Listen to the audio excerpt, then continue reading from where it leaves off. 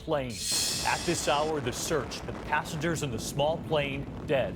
Way to get an ambulance back here. The fireball, and you will hear from eyewitnesses. Also, new developments tonight in the case of the young woman, the daughter, taking a stroll on a pier, then allegedly shot and killed by an undocumented immigrant. The anger tonight being heard clear across the country. The dangerous commute, this car hydroplaning, slamming into another one on the side of the road.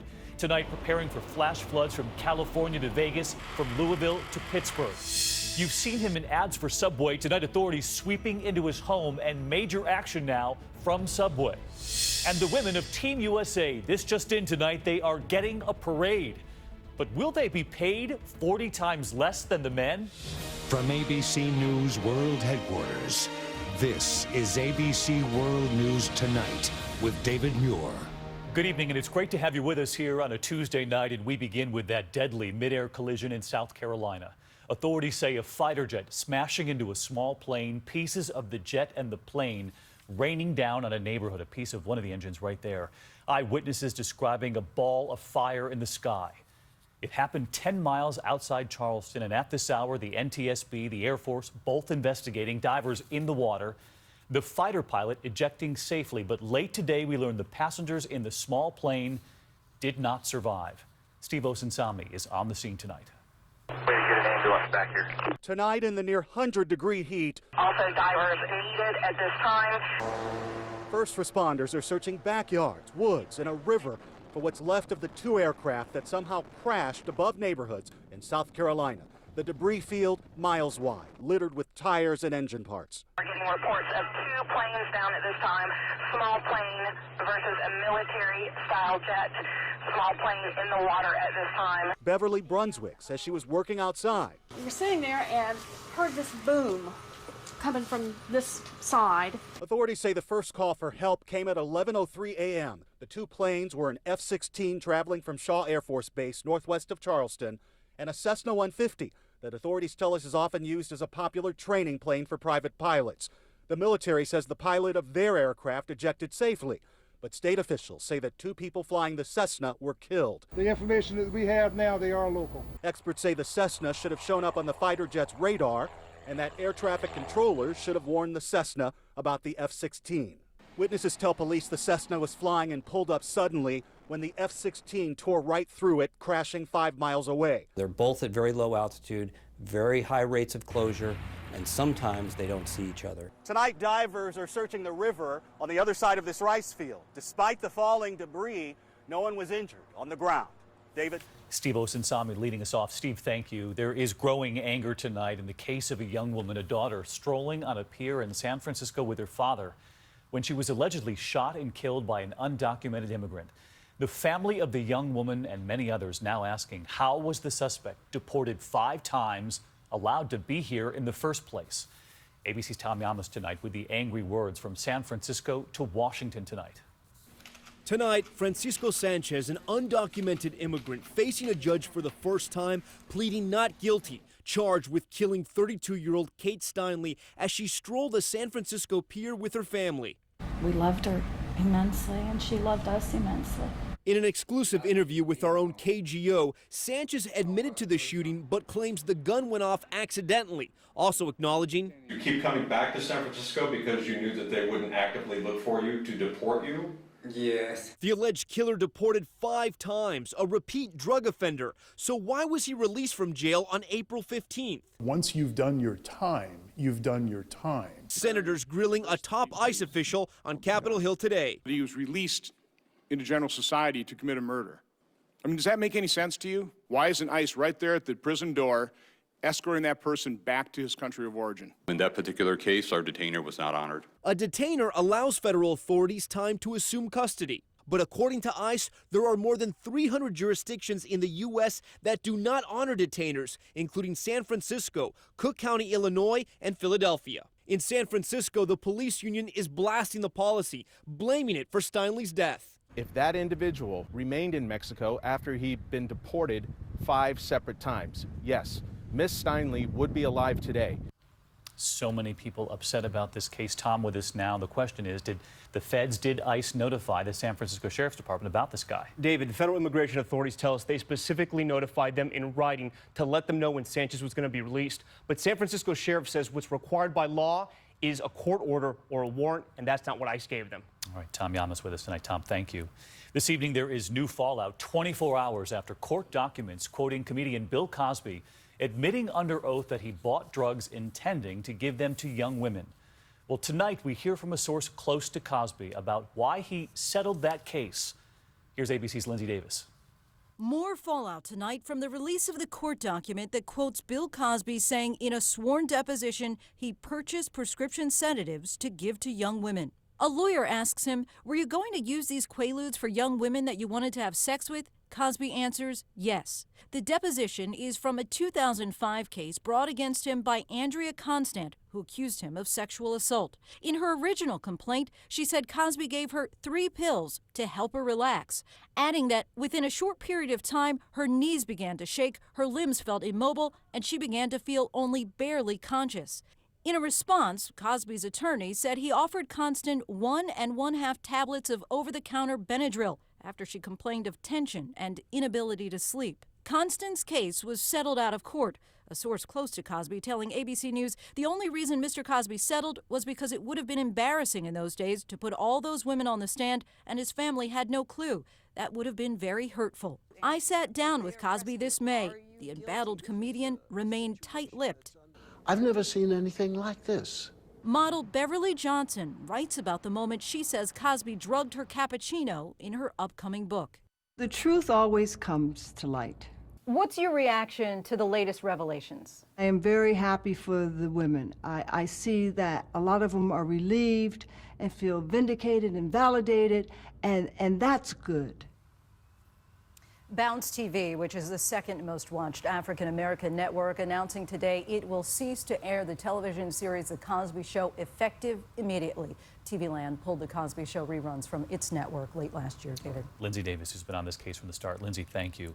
We have new video coming in tonight taken in the moments before a cave collapsed in Washington State. 1 person killed. 5 were injured when that ice cave came crashing down. This was the second time in 2 days. These images here of the falling ice just 24 hours beforehand. Well, tonight we hear from a woman who was inside that popular cave when it all happened. ABC's Candace Gibson is right there. Tonight, exclusive video of the cave seconds before the deadly collapse. 911, what's your emergency? Hi, there was a avalanche down at the ice cave. 18-year-old Chloe Jakubowski, one of 8 people inside when disaster struck. It was absolutely just a war zone almost. I just didn't know if those were going to be my last few moments or not. The ice cave showing signs of trouble for some time. This collapse caught on camera Sunday, 1 day before the catastrophe. 8 to 9 subjects, possible injuries, some subjects unconscious. 1 woman was killed, 5 others injured. The massive ice cave east of Seattle is popular with hikers, but in May, officials posting these warnings. The caves have been very unstable this season with the very warm weather. Tonight, more rock and falling ice, making it extremely difficult for officials to recover the body of the female victim. David? Candace Gibson tonight. Candace, thank you. We're going to turn now to the dangerous storms hitting tonight and the drenching rains already. 25 million Americans under flash flood watches from California to West Virginia and Pennsylvania. And this time lapse out of Kansas over the last 24 hours, the gathering storms there. And in Wichita, look at this. You can see the streets underwater. What a commute. In Utah, I-15 slick from the rain. And watch this. That car hydroplaning, just incredible, crashing into that vehicle on the shoulder, injuring a trooper. And tonight we are also getting images of the rescues in Texas, including a driver in Abilene right there. The system stuck right over them. That's a region soaked from the rains for weeks. And so let's get right to our chief meteorologist, Ginger Z, tonight. Ginger was telling me this extends from Vegas all the way to Pittsburgh tonight. Right. It's a huge area. 17 states with flash flood watches, David. And it's all the way, California's included, Wyoming, and you can see up to Pittsburgh. But the area that we're watching most closely tonight goes from Abilene, who, by the way, had more than 7 inches of rain just today, the most they've ever recorded in 1 day in history. And then you see those low pressure systems, they'll keep tracking over the stationary fronts. And yes, there will be rain from Kentucky up through the Northeast, but the heaviest of which, the most dangerous, will go from Tulsa up through Springfield. And that is exactly where that bullseye of heavy rain starts to happen. Oklahoma City, you're in it too. It goes right to Wichita Falls, who was crushed in May by rain. Ginger Z with us here tonight. Ginger, thank you. Tonight, the White House watching very closely those high-stake negotiations with Iran to cut off that country's ability to create its own nuclear bomb. The U.S. leading the talks, but tonight a second deadline has now passed. And now an unexpected curveball from Iran. They are now demanding that any agreement must include the lifting of the long-standing UN arms embargo on Iran. So let's get right to our chief global affairs correspondent, Martha Raddatz, in Iran tonight, her second time just this year. And Martha, how about a reality check here for our viewers here at home? One senior U.S. official reportedly saying, "We've never been closer," but it would seem this is very tenuous at best. I think it's tenuous, David, but I do think there's still a bit of optimism. They say this could happen, but describe it as a Rubik's Cube. If 95% of it is okay, but that last 5% doesn't go as planned, then it could fall apart. But they do indeed, David, think they are close. And Martha, both of us have been there to Iran reporting on the economic sanctions led by the U.S. And once again, you've talked to typical families there on the ground. Do they seem to want a deal? I think they really do, David, especially the young people. And it always strikes you how many young people there are here. 2/3 of the population is under 35. They don't remember the '79 revolution. They just want this country to move forward, David. All right, Martha Raddatz from Iran tonight. Martha, thank you. Now to the race for 2016. And late today, Hillary Clinton, in a sit-down interview, asked about Donald Trump and what he said about undocumented immigrants from Mexico. Here's what she said. I feel very bad and very disappointed with him and with the Republican Party for not responding immediately and saying enough, stop it. But they are all in the, in the same general area on immigration. Donald Trump has not reacted to Mrs. Clinton's comments yet. Meantime, tonight, Macy's is now cutting ties with Trump. They had sold his clothing line and ties, and the PGA now saying the Grand Slam will no longer be held at Trump's golf course in L.A.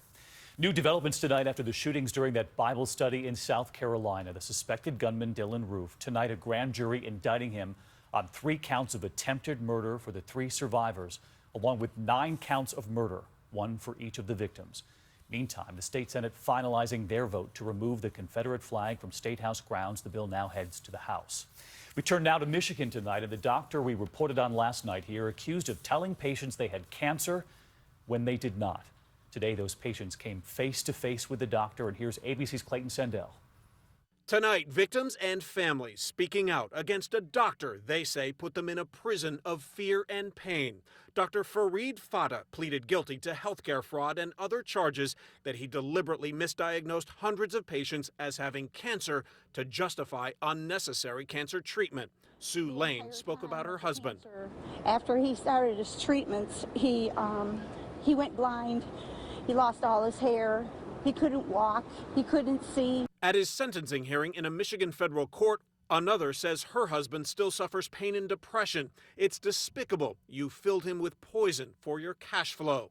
The daughter of another victim telling Fata, "You murdered and tortured my dad." I should never look at him, first of all. I got so mad looking at him, I just lost it. Prosecutors say Fata received millions of dollars prescribing unnecessary cancer treatments for more than 500 patients. Tonight, those patients and their families say the only prescription for Dr. Fata is life in prison. Clayton Sandell, ABC News, Los Angeles. Clayton, thank you. Around the world tonight into Ecuador, Pope Francis and this unbelievable image, more than 1 million faithful at today's Mass. The only place big enough to hold them all, an airport runway. And this Pope is preparing for a trip to the U.S. David Wright is in Ecuador. Today here in Ecuador's capital, it's no exaggeration to say the whole city turned out for Pope Francis. Many of them camping out in the pouring rain all night. This Mass is being held on what used to be the airport here in Quito, now shut down. If you look up, that's the old control tower. And up here from the control tower, you can really get a sense for the crowd. Look at this, a sea of people. The runway's packed. More than 1 million people turning out, turning this airport into a cathedral. Pope Francis adding a dash of native design to those traditional white vestments, and the choir included inmates from a local prison allowed out just for this. We're traveling all week with the Pope. His message, that his vision of Catholicism